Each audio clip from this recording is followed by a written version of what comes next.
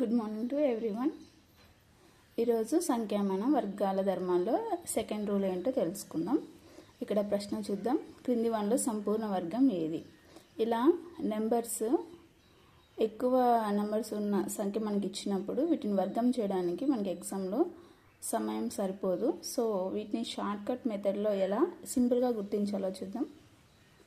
మనకి రూల్ తెలుసు, వర్గాలు ఓకే. సొల్యూషన్లో వర్గాల విషయంలో 0, 1, 4, 5, 6, 9 వీటితో ఎండ్ అయితే ఒక సంఖ్య అనేది ఈ అంకెలతో ఎండ్ అయితే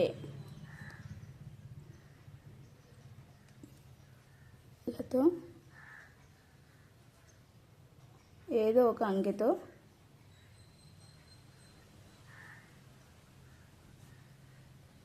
అంతం అయితే స్టాప్ అయితే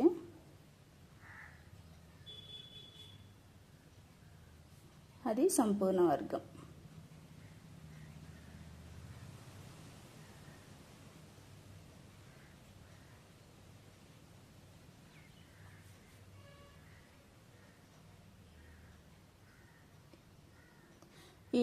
ఈ అంకెలు కాకుండా వేరే అంకెలు 2, 3 ఓకే 7, 8 ఇలాంటి నెంబర్స్ వస్తే అవి సంపూర్ణ వర్గం కావన్నమాట. సో మనం ఈ నెంబర్స్ చూడండి, ఇక్కడ ఎక్కడున్నాయి? 1 ఓకే 1లో ఉంది. సో 3 అనేది లేదు, 8 అనేది లేదు, 7 అనేది లేదు. సో 1 అనేది నెంబరు మనకి ఒకట్ల స్థానంలో ఉంది కనుక ఇది సంపూర్ణ వర్గం అవుతుంది. ఆన్సర్ ఏ. ఇలా సింపుల్ ట్రిక్స్ ద్వారా మనము ఆన్సర్ చేయొచ్చు. Thank you. సంఖ్యామానం వర్గాలు ధర్మాలు రూల్ 5. ప్రశ్న 2016 వర్గం 2015 వర్గంల భేదం అనేది ఒక సరి సంఖ్య, బేస్ సంఖ్య, సంయుక్త సంఖ్య, సంకీర్ణ సంఖ్య. ఓకే, ఇలా వచ్చినప్పుడు మనకు ఎగ్జామ్స్లో ఎక్కువ సమయం పడుతుంది క్యాలిక్యులేట్ చేయడానికి. రూల్ ఏంటంటే రెండు వరుస సంఖ్యల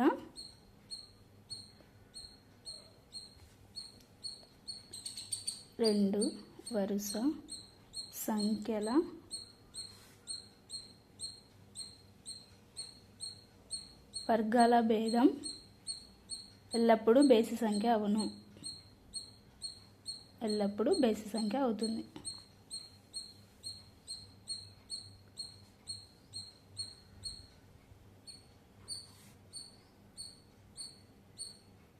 అంటే ఇక్కడ 2016,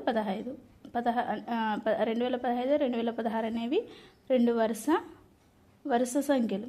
ఈ వరుస సంఖ్యల వర్గాల భేదం అంటే తీసివేత మైనస్ ఎల్లప్పుడూ బేసి సంఖ్య అవుతుంది. ఈ రూల్ ప్రకారంగా ఆన్సర్ డైరెక్ట్గా బేసి సంఖ్య అని మనం పెట్టవచ్చు.